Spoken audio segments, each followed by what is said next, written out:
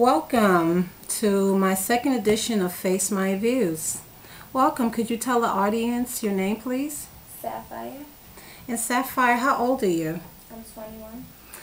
Sapphire, could you tell my audience one of an incident that was a first sign for you that you initially knew that you were being in an abusive relationship? When my ex-boyfriend used to take a lot of my stuff. He used to take my money, my phones, my iPods, like anything my mother gets me, he takes it. He just takes it from me. Or he'll sell it and trade it in for money. Or it's just crazy. Did you ever have an incident where he did something physically to make you really see that he was abusive besides taking your items?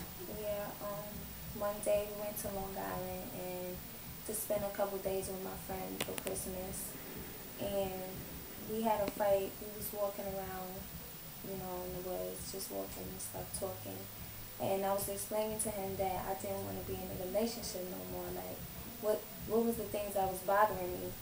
And, he listened for a while and he was taking in what I was saying, but he was starting to get aggressive. And then, like, he was like, why you don't want to be with me? Why you don't want to be with me? Because he's not the type of person that talks. Like, he just gets angry if he feel like I'm trying to play him or I'm offending him. He just want to fight.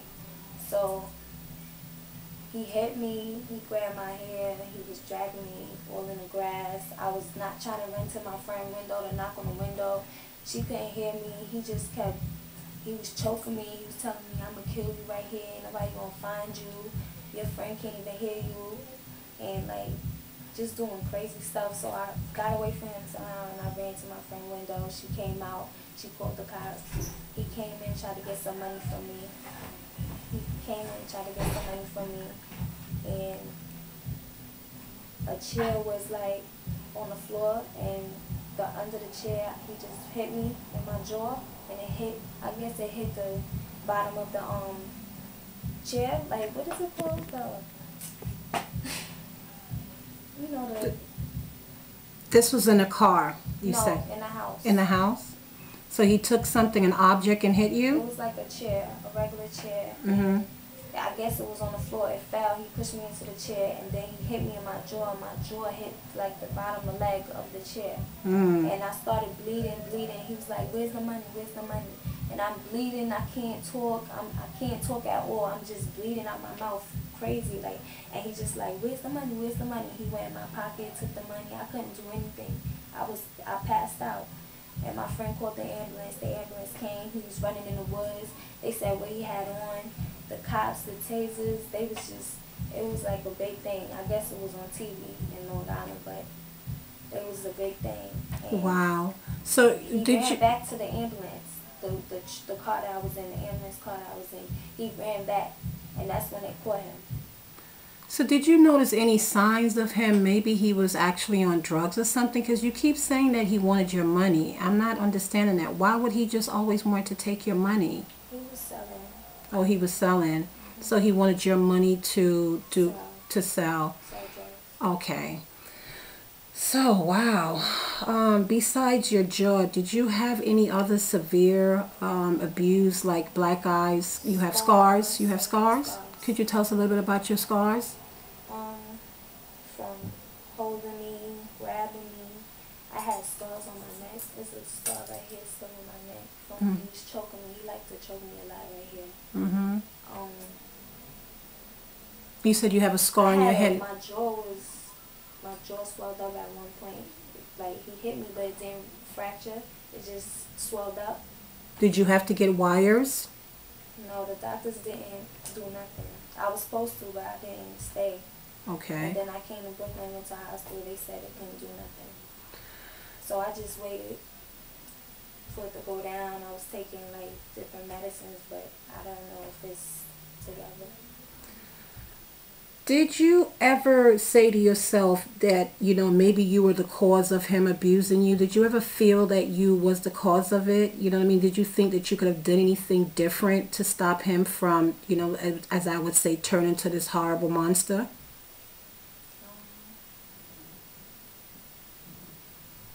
No. You never thought No, that. no. Good. I don't think anyone should feel like that. Did sex play a part in your relationship with them? Was he overprotected or, resiliently jealous? Yeah.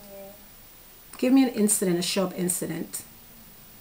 Well, one time he accused me of having sex with his friend, and we was in a room or whatever, but it wasn't with his friend. He took me in the room one day. He told me to strip off my clothes, and he threw me on the bed, and he was having sex with me raw, and he was just going fat. Like, he was just like a different person, a whole different person. Like, I never seen that side of him before, but it was weird. Hmm. And his mother seen all of this, and she did nothing. Really? She did nothing. Wow. She seen it all. Did you tell your mother about this when it was happening? My mother told me, why you always go back? Because he's in the Bronx and I'm in Brooklyn. So it's my fault. I should never keep going to the Bronx, going to the Bronx. The Bronx is here and Brooklyn is here. I should be here. So then you answered the question I asked you before. Like, I'm not trying to say that you was a part of it, but you felt now that you can say that, yeah, it's your fault because you particularly probably thought that you cared about him. So you don't really understand the signs of abuse. Did you understand No, what I abuse didn't. was? You didn't know that was abuse. You thought it was love, right? Am I fair to say you thought it was love? Yes. When did you realize it wasn't love? That day when I went to the hospital, And that's I when we... stayed there. I had to stay. Mm-hmm. I couldn't do nothing. Couldn't eat. Wow. So let me ask you this. What would you say to young ladies your age right now that's in abusive relationships? I would say that first hit, just walk away. Because don't wait till it's the second time and the third time and the fourth time. Just walk away once that one hit. That should tell you.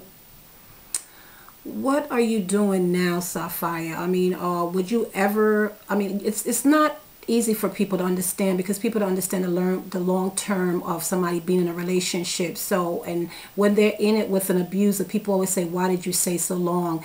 And why didn't you do something?" But would it be fair to say if you were in a relationship now and you detect that you were being abused, you would know what to do? Yes. And how would that be? I would. I mean, from an abuser abusing you, the signs from him, what would